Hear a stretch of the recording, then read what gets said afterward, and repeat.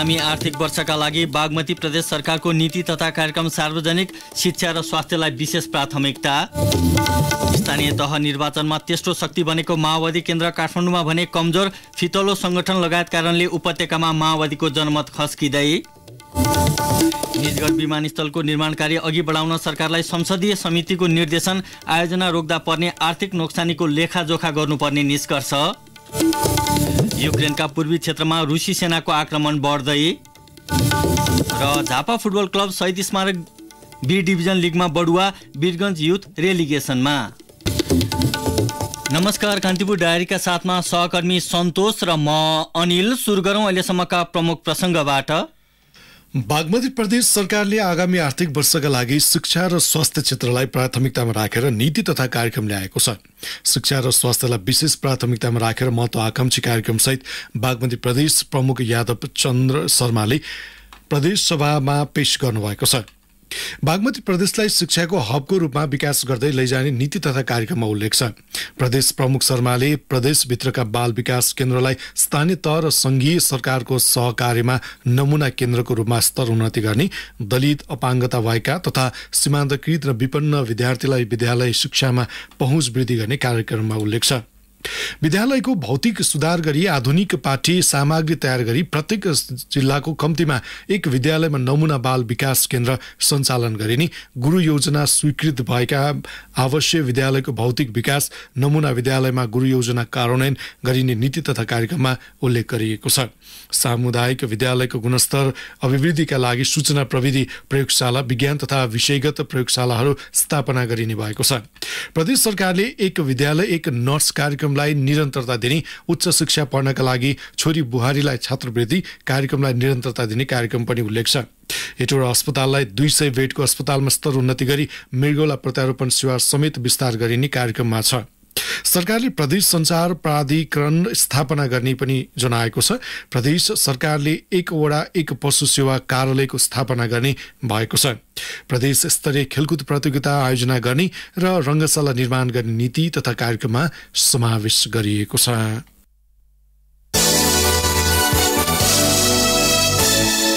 कान्तिपुर डायरीमा अब कान्तिपुर सविस्तारको पालो।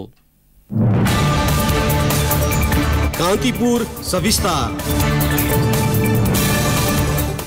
स्थानीय तह निर्वाचनमा सत्तारूढ माओवादी केन्द्र तेस्रो ठूलो शक्ति बनेको छ। तर विगतको तुलनामा बढी पालिका जितेको माओवादी केन्द्र काठमाडौँ उपत्यकामा भने कमजोर देखिएको छ। उसले काठमाडौँ उपत्यकाका कुनै पनि पालिकामा प्रमुख पद जित्न सकेन भने अघिल्लो पटकको तुलनामा कम जनप्रतिनिधि पाएको छ। फितलो संगठन र पार्टीभित्रको विवाद लगायतले गर्दा काठमाडौँमा माओवादीको जनाधार थप कमजोर बन्दै गएको प्रष्ट भएको हो। माओवादी केन्द्रले 2074 सालको स्थानीय तहको निर्वाचनमा काठमाडौँ उपत्यकाभित्र ललितपुरको कोन्जियोस्यम गाउँपालिका अध्यक्ष जितेको थियो। तर यो पटक भने माओवादीले काठमाडौँ उपत्यकामा कुनै पनि पालिकामा प्रमुख पद जित्न सकेन। त्यसो त अघिल्लो पटकको तुलनामा माओवादीले वडा अध्यक्ष र वडा सदस्य पनि कम जितेको छ। अघिल्लो पटक 13 वटा वडा अध्यक्ष भएकोमा यो पटक उपत्यकाका जम्मा 12 वटा वडामा मात्र माओवादीले अध्यक्ष जितेको छ। काठमाडौँको चन्द्रगिरी नगरपालिकाको 2 र 5 नम्बर वडा, शङ्खरापुर नगरपालिकाको वडा 1, ललितपुरको कोन्जोस्यम गाउँपालिकाको वडा 1 र 5, गोदावरी नगरपालिकाको वडा 3 र 8, बागमती गाउँपालिकाको वडा 5, महालक्ष्मी नगरपालिकाको वडा 6 र ललितपुर महानगरपालिकाको वडा 21, 26 र 27 मा माओवादी केन्द्रले जित हासिल गरेको हो। अघिल्लो पटक 42 वटा सदस्य जितेको माओवादीले यो पटक 33 वटा वडा सदस्य मात्र जित्न सक्यो। यो तथ्याङ्कले उपत्यकामा माओवादीको जनमत घट्दै गएको देखिन्छ। काठमाडौँमा जनाधार कम हुँदै जानुमा माओवादी स्वयंले विभिन्न कारण मानेको छ। त्यसमध्ये पार्टीको आन्तरिक कारण मुख्य विषय भएको माओवादी नेताहरूले बताएका छन्। माओवादी नेत्री रूपा महर्जन भन्छन्, शान्ति प्रक्रियादेखि अहिलेसम्म शहरमा माओवादी आयो, तर माओवादी आन्दोलनलाई सुदृढ गर्ने सवालमा चाहिँ पार्टीको त्यति धेरै ध्यान दिन सकेन। त्यस कारणले गर्दाखेरि पनि पछि पर्यो। खास गरी मध्यम वर्गीय समुदायको जुन समस्याहरू छन् ती समस्याहरूलाई पहिचान गर्ने र त्यसलाई चाहिँ ठिक ढङ्गले सम्बोधन गर्न नसक्नुका कारणले गर्दाखेरि पनि हामी शहरी मतदाताहरूको विश्वास जित्न सके सकेनौं। काठमाडौँ उपत्यकासँगै जोडिएका जिल्लामा भने माओवादी केन्द्रले सम्मानजनक उपस्थिति देखाएको छ। नुवाकोटको 12 पालिका मध्ये 4 पालिकाको प्रमुख तथा अध्यक्ष जितेको छ। त्यस्तै 7 वटा पालिकाको उपाध्यक्ष आफ्नो पक्षमा पारेको छ। सिन्धुपाल्चोकको 4 वटा पालिकामा प्रमुख तथा अध्यक्ष पदमा जित हात पारेको छ। काभ्रे, मकवानपुर तथा धादिङका 7 पालिकामा प्रमुख तथा अध्यक्ष र उपप्रमुख तथा उपाध्यक्षमा आफ्नो स्थान सुरक्षित गरेको छ। काठमाडौँ उपत्यकाको हकमा भने ललितपुरको बागमती गाउँपालिकाको उपाध्यक्ष र मध्यपुर थिमी नगरपालिकाको उपप्रमुख जित्नु माओवादीको सफलता रह्यो। माओवादी नेत्री महर्जन महानगरमा गठबन्धन सहित अघि बढे पनि अन्य पालिकामा एक्लै प्रतिस्पर्धा गरेकाले नतिजा आफूहरूले सोचे जस्तो नभएको बताउँछिन्। काठमाडौँको 10 नम्बर क्षेत्रका 3 वटा नगरपालिकाहरूमा हामी दक्षिणकालीमा चाहिँ गठबन्धनको कुरालाई अलिकति जोड दिन सक्यौं। कीर्तिपुरमा हामीले स्वतन्त्र ढंगले आफ्नो ढंगले लड्यौं। त्यसै गरी चन्द्रगिरीमा त्यही किसिमले कुनै ठाउँमा गठबन्धन, कुनै ठाउँमा चाहिँ स्वतन्त्र ढंगले हामीले अगाडि बढ्यौं। गठबन्धनलाई त्यति धेरै काठमाडौँमा प्रभावकारी ढंगले चाहिँ लैजाने काममा हामी पछि नै पर्यौं, जसको कारणले गर्दा मत परिणामको सवालमा चाहिँ हामीले सोचे भन्दा धेरै फरक किसिमको आएको मैले चाहिँ महसुस। चुनावी तालमेल गरिएको ललितपुर महानगरमा समेत माओवादी केन्द्रलाई फाइदा भएको देखिँदैन। सत्ता गठबन्धनका तर्फबाट ललितपुर महानगरको उपप्रमुखमा उम्मेदवारी दिए पनि मत परिणामका आधारमा स्थानीयको रोजाई माओवादी बन्न सकेन। यस्तो अवस्थामा पार्टीमा गम्भीर समस्याको आवश्यकता रहेको माओवादी केन्द्रका बागमती प्रदेश अध्यक्ष सरल सहयात्री बताउँछन्। अब आजको समग्र परिस्थितिबाट हेर्दा चाहिँ काठमाडौँ र विशेष गरी शहरहरूका क्षेत्रमा माओवादी पार्टीले आफूलाई विगतको हिस्टोरिकल आइडियोलोजी भन्दा माथि उठेर हामीले आजको परिवर्तनको यहाँको एजेन्डा, यहाँको जनताले चाहेको कुरा के हो भन्ने कुरामा नेतृत्वको सवालमा पनि, संगठनको सवालमा पनि र हामीले प्रस्तुत गर्ने एजेन्डाको सवालमा पनि पुनर्विचार गरेर जानुपर्छ भन्ने सन्दर्भमा हामी अहिले समीक्षाकै सन्दर्भमा छौँ। स्थानीय तहको निर्वाचनमा मात्र होइन, संघीय निर्वाचनमा समेत माओवादी केन्द्रले उपत्यकामा आफ्नो प्रभाव गुमाउँदै गएको छ। संविधान सभाको पहिलो निर्वाचनमा उपत्यकाका 15 वटा निर्वाचन क्षेत्र मध्ये माओवादी केन्द्र 7 वटा क्षेत्रमा विजयी भएको थियो। सोसँगै हालको संसदसम्म आइपुग्दा ललितपुरको क्षेत्र नम्बर 3 बाट मात्र माओवादीको प्रतिनिधित्व छ। शहरी क्षेत्रमा यसरी घट्दो प्रभाव बढाउन पार्टी योजनाबद्ध रूपमा अघि बढ्ने नेताहरूले बताएका छन्। नेता सहयात्रीले भने संगठनात्मक संरचनामा हामीले पुरानो बेसबाट सोचेर हुँदैन, नम्बर 1। दोस्रो कुरा, काठमाडौँको नेतृत्व निर्माणको सवालमा गाउँको नेतृत्व निर्माणको सवाल जसरी सोचेर हुँदैन। नम्बर 3, काठमाडौँ एकदमै छिटो परिवर्तन खोज्ने सूचना सञ्चार र विश्वसँग जोडिएको क्षेत्रमा र यहाँको वर्गीय धरातल, फाइनान्सियल क्लासको चाहिँ लेभल पनि बिस्तारै छिटो अपग्रेड हुने ठाउँ भएको कारणले नयाँ जेनेरेसनलाई यो मार्गमा समावेश गरेर जानुपर्छ भन्ने कुरामा हामी बढी छलफलमा छौँ। विद्रोहको बाटो छाडेर मूलधारको राजनीतिमा आएपछि पटक पटक सरकारमा सहभागी भए पनि काठमाडौँको जनमत माओवादीको विपक्षमा रहेको निर्वाचनहरूले पुष्टि गरेका छन्। फितलो संगठनसँगै राष्ट्रिय राजनीतिमा खेलेका कतिपय भूमिकाले काठमाडौँको जनमत माओवादीसँग आकर्षित नभएको देखिएको छ। यो अवस्थामा माओवादीले काठमाडौँ उपत्यकामा आफ्नो साखलाई क्रमशः गुमाउँदै जाने निश्चित छ। रेडियो कान्तिपुरका लागि रमेश दुलाल। कान्तिपुर सविस्तार।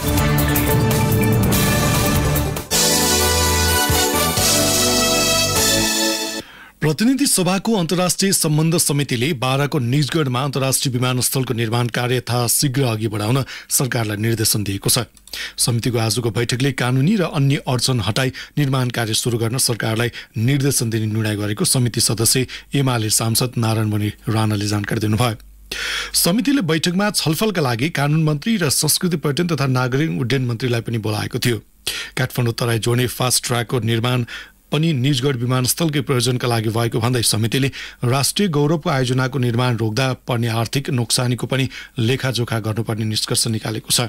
सांसद राणाले सरकारले नीति तथा कार्यक्रममा पनि समावेश गरेको र बजेट समेत छुट्टिसकेकाले विमानस्थल निर्माण प्रक्रिया अघि बढाउन पर्नेमा समितिले एकमतले निर्णय गरेको बताउनुभयो। समितिको निर्णयमा विमानस्थल निर्माणका लागि प्रशासनिक, कानुनी र व्यवहारिक प्रक्रिया मिलाउन सरकारलाई निर्देशन दिएको छ। बैठकमा पर्यटन मन्त्री प्रेम आलेले सर्वोच्चको आदेशको पूर्ण पाठ आइ नसकेको भन्दै मुलुकको आर्थिक विकासमा दूरगामी प्रभाव पार्ने आयोजना नरोकिने प्रश्न पार्नुभयो। सर्वोच्च अदालतले बाराको निजगढमा अन्तर्राष्ट्रिय विमानस्थल निर्माण नगर्न गत बिहिबार आदेश दिएको थियो।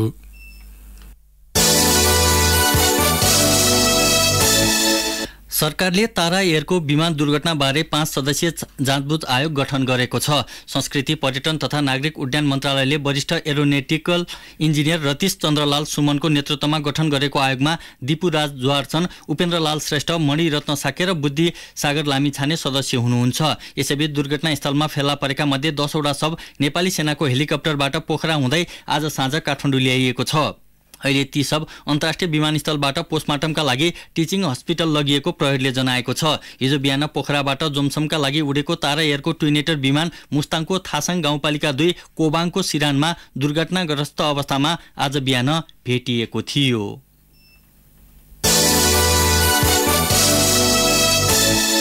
सत्तारूढ गठबन्धनले कार्यपालिका र जिल्ला समन्वय समितिको निर्वाचनमा समेत सहकार्य गर्ने भएका छन्।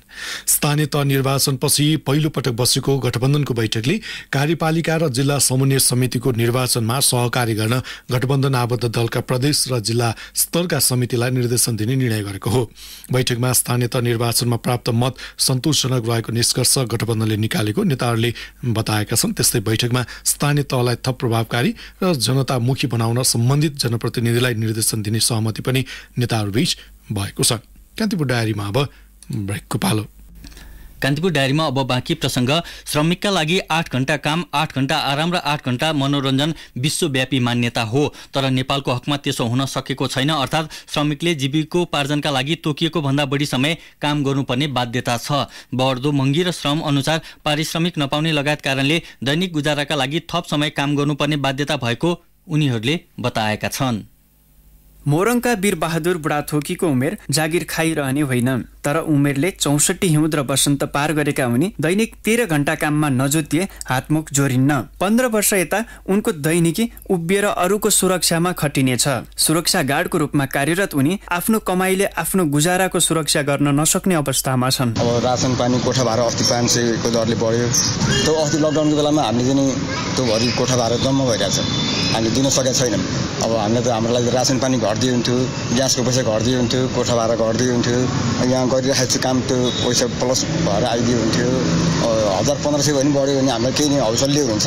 मकवानपुर स्थायी घर भएका रामकुमार विग यात्रु बस चलाउँछन्। 2 दशक भयो उनी यो काममा लागेको। ललितपुरको लगनखेल बस पार्कमा अपराह्न मानिसहरूको भिडभाडमा आँखा दौडाउँदै गर्दा भेटिएका उनी आफ्नो सुदूर भविष्यप्रति चिन्तित छन्। आकाशिँदो महँगी र आफ्नो कमाईबीच तालमेल नमिल्दा जीवनको गाडी मिनी बस जतिको गतिमा नकुद्ने हो कि भन्ने चिन्ता उनलाई छ। अब महँगीहरू बढेको कारणले आफ्नो नबच्नको कारण चाहिँ त्यो के आफूले अब 500 बचायो भने उतातिर धुतिरहेको हुन्छ, महँगीको कारण अब उस्ताको उस्तै हुन्छ के। श्रमिकहरूको समस्या एउटै छ, कम्तीमा एउटा काम निश्चित घण्टा मात्र गरेर जीवनको गुजारा चलाउन मुस्किल छ। तर शारीरिक रूपमा अशक्तहरूको बेग्लै पीडा र वेदना छ। ललितपुरको ठेचोकी भवानी अछामीलाई फुक्का फाल र खुल्ला भएर आफ्नो काम गर्ने मन छ, तर शारीरिक अशक्तताले उनलाई त्यो सुविधा दिँदैन। हल्का हल्का कामहरू गर्न पाएको छ, हल्का फुल्का पैसा जोगाउन पाएको छ। त्यही हो, मेरो हिँडेको गति देख्दै भन्छ कि तिमी त ड्रग युज गर्छ क्या भन्छ कि। त्यही भएर म केही पनि भन्दिनँ, चुपो लाएर बस्छु कि होइन। शारीरिक श्रम गर्ने मात्र होइन, कार्यालयभित्र परिश्रम गर्नेहरूको पीडा उस्तै छ। घर परिवार नभनी बिरामीको सेवामा खटिरहँदा आफ्नो पारिश्रमिक सही तरिकाले नपाउने गरेको बताउँछिन् स्टाफ नर्स सीता पाण्डे। कहीँ त्यही अनुसारको पनि ड्युटी आवरहरू बढी छ, पेमेन्टहरू कम छ, कामहरूमा बढी पेलान छ। त्यो अनुसार चाहिँ अब दिन पेट्रोल ग्यासहरू बिजुलीहरूको महँगी छ, खानेकुराहरू तरकारी सबै कुराहरूमा महँगी छ। महँगीको कारणले गर्दा नै पेमेन्ट चाहिँ इनफ हुँदैन नि त। न्यूनतम पारिश्रमिक कम भएकै कारण लामो समयसम्म काम गर्न उनीहरू बाध्य हुने गरेका श्रम तथा आप्रवासन विज्ञ रामेश्वर नेपालले बताए। नेपालमा श्रमिकहरूलाई तोकिएको रकम नदिँदा तथा संस्थाको नियम अनुसार काम नगर्दा रोजीरोटी गुम्ने त्रासका कारण कतिपय श्रमिकहरू बढी समयसम्म काम गर्न बाध्य भएको उनी बताउँछन्। न्यूनतम पारिश्रमिक नै अत्यन्त न्यून छ, त्यसले चाहिँ जीविकोपार्जन गर्नको लागि सम्भव छैन। त्यस कारणले गर्दाखेरिमा चाहिँ अब लगाउनेहरूले पनि धेरै घण्टासम्म काम लगाउने, अनि वर्करहरूले पनि तै पनि 2 पैसा कमाइ थपिन्छ कि भनेर कारणले गर्दा वर्करहरूले पनि लगाउने छ। के भने उसका बाध्यता र त्यो बाध्यतालाई एडभान्टेज उठाइसके पछाडि र यदि मैले यतिलाई चाहिँ स्वीकार गरिनँ भने मेरो यो भइरहेको काम पनि पो जान्छ कि म सोझै सडकमा पो पुग्छु कि भन्ने उसको त्यो बाध्यताको कारणले गर्दा कुनै श्रमिकहरूले चाहिँ हुन्छ म तयार छु पनि भन्यो होला, र तयारै भए पनि लगाउन नपाउने जो नियम छ। मुलुकको श्रम बजारमा हरेक वर्ष 4 देखि 5 लाख मजदुर थपिन्छ। थपिन्छन्। 4 वर्ष अघि त्रिभुवन विश्वविद्यालयले गरेको एक अध्ययनले के देखाएको थियो भने एउटा परिवार पाल्न न्यूनतम तलब 22,000 लाग्छ। अझै पनि सरकारले तोकेको न्यूनतम तलब 15,000 मात्रै छ।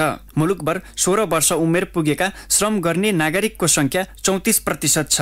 सरकारले अनौपचारिक र स्वरोजगार क्षेत्र समेट्ने योजना ल्याउन नसक्दा बढ्दो महँगी र आधुनिकीकरणले गर्दा दैनिक ज्याला मजदुर गरेर खाने वर्गको जीविकोपार्जन कठिन बन्दै गएको छ। रेडियो कान्तिपुरका लागि असीम सापकोटा।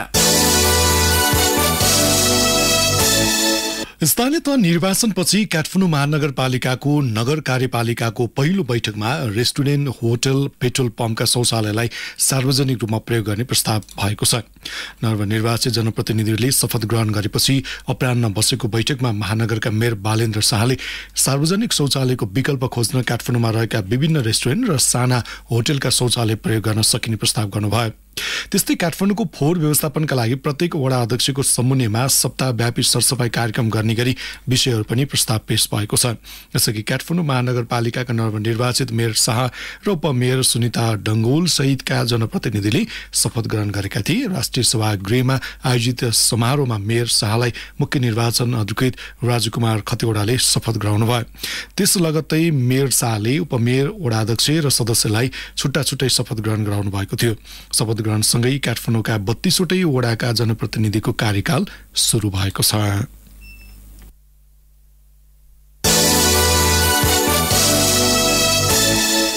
उदयपुरको त्रियुगा नगरपालिकाको मेयरमा नेपाली कंग्रेसका वसन्त कुमार बस्नेत निर्वाचित हुनुभएको छ। निर्वाचित मेयर बस्नेतले एमालेका उम्मेद्वार भागवत राउतसँग 2083 मतको अन्तर कायम गर्दै जित हासिल गर्नुभएको हो। बस्नेतले 13,959 मत प्राप्त गर्नुभएको निर्वाचन कार्यालयले जनाएको छ। उपमेयरमा एमालेकी महेश्वरी राईले 1,722 मत अन्तरमा कंग्रेसकी सरिता राईलाई पछाडि पार्दै जित्नु भएको हाम्रा सहकर्मीले जनाएका छन्। 16वटा वडा रहेको त्रियुगा नगरपालिकामा 9वटा वडामा कंग्रेस, 4वटा वडामा एमाले र 3वटा वडामा माओवादी केन्द्रका वडाध्यक्ष निर्वाचित भएका छन्।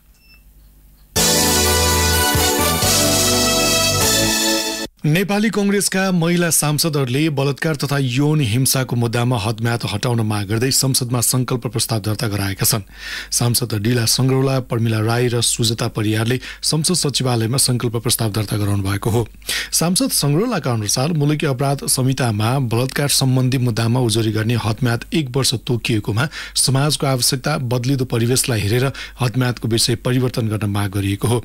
संकल्प प्रस्तावमा जबरजस्ती करणी पीडितलाई राज्यले निःशुल्क स्वास्थ्य सेवा उपलब्ध गराउनु पर्ने, क्षतिपूर्ति तथा मानसिक उपचार एवं परामर्शको व्यवस्था गर्नुपर्ने माग समेत गरिएको छ।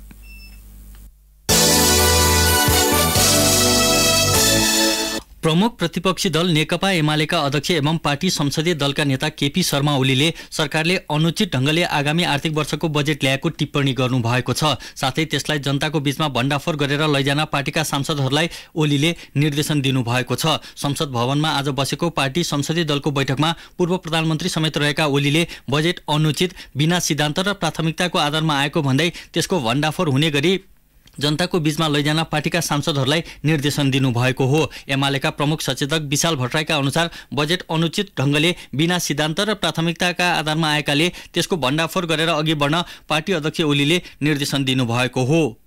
प्रमुख सचेतक भट्टराईले भन्नुभयो, अध्यक्षले बजेट अनुचित ढंगले आएको, सिद्धान्तहीन र प्राथमिकताविहीन ढंगले आएकाले त्यसलाई भण्डाफोर गर्न पार्टीका सांसदहरूलाई निर्देशन दिनुभएको हो।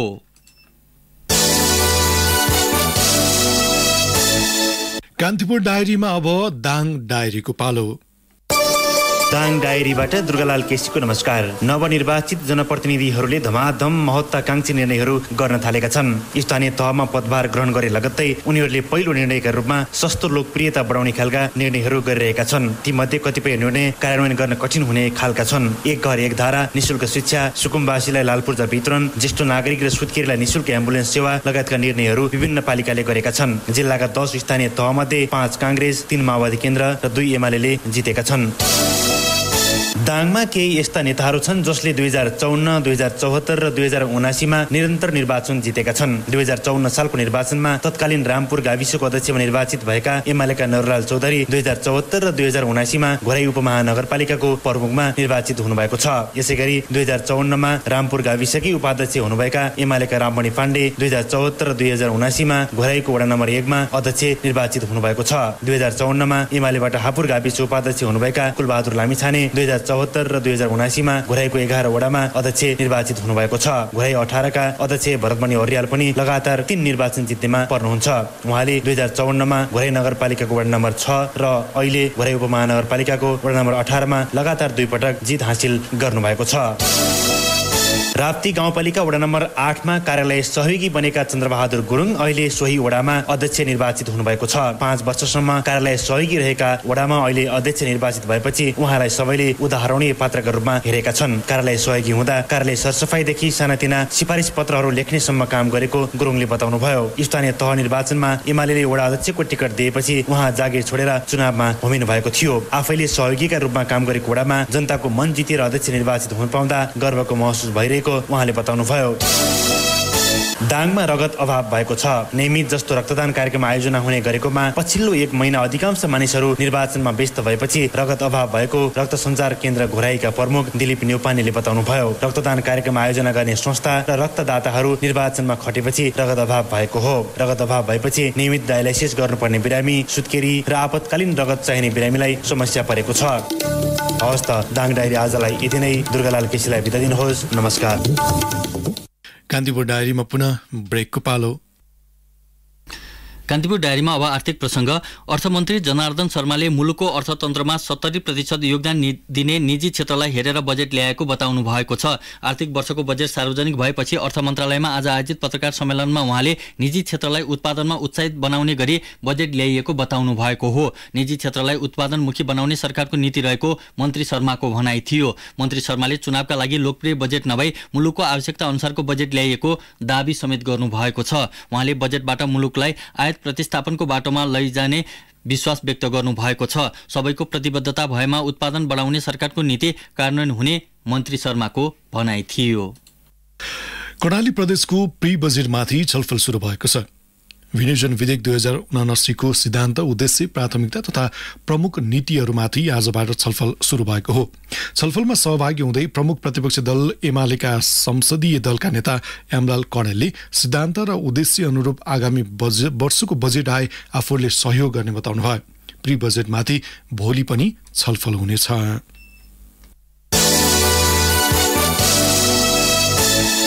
नयाँ आर्थिक वर्षको बजेट सार्वजनिक भएपछिको पहिलो कारोबार दिन आज शेयर बजारमा गिरावट आएको छ।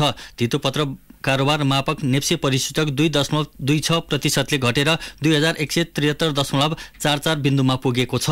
ठूला कम्पनीहरूको मापन गर्ने सेन्सिटिभ परिसूचक 2.38% घटेर 422.74 बिन्दुमा पुगेको छ। आज कुल 127 वटा कम्पनीको 34,56,529 शेयर किनबेच हुँदा 1,33,88,56,282 रुपियाँ कारोबार भएको छ। नेपाल स्टक एक्सचेन्जका अनुसार कारोबारमा आएका 33 वटा उपसमूह मध्ये सबै उपसमूहको शेयर घटेको छ।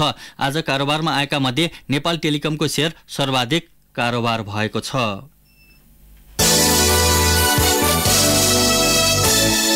अब अन्तर्राष्ट्रिय प्रसङ्ग। रुसी सेनाले युक्रेनका मुख्य पूर्वी शहरमा आक्रमण बढाउँदै लगेका छन्। पूर्वी डोनबास क्षेत्र कब्जा गर्ने प्रयास जारी राख्दै रुसी सेना सेभेरोडोनेट्स्क शहरमा प्रवेश गरेको अन्तर्राष्ट्रिय सञ्चार माध्यमले जनाएका छन्।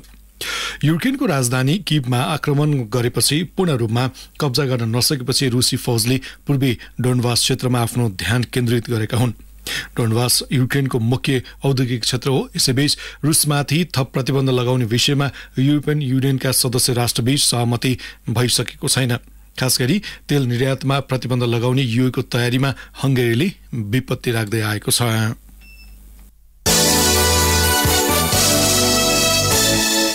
कान्तिपुर डायरीमा अब एउटा खेल प्रसङ्ग।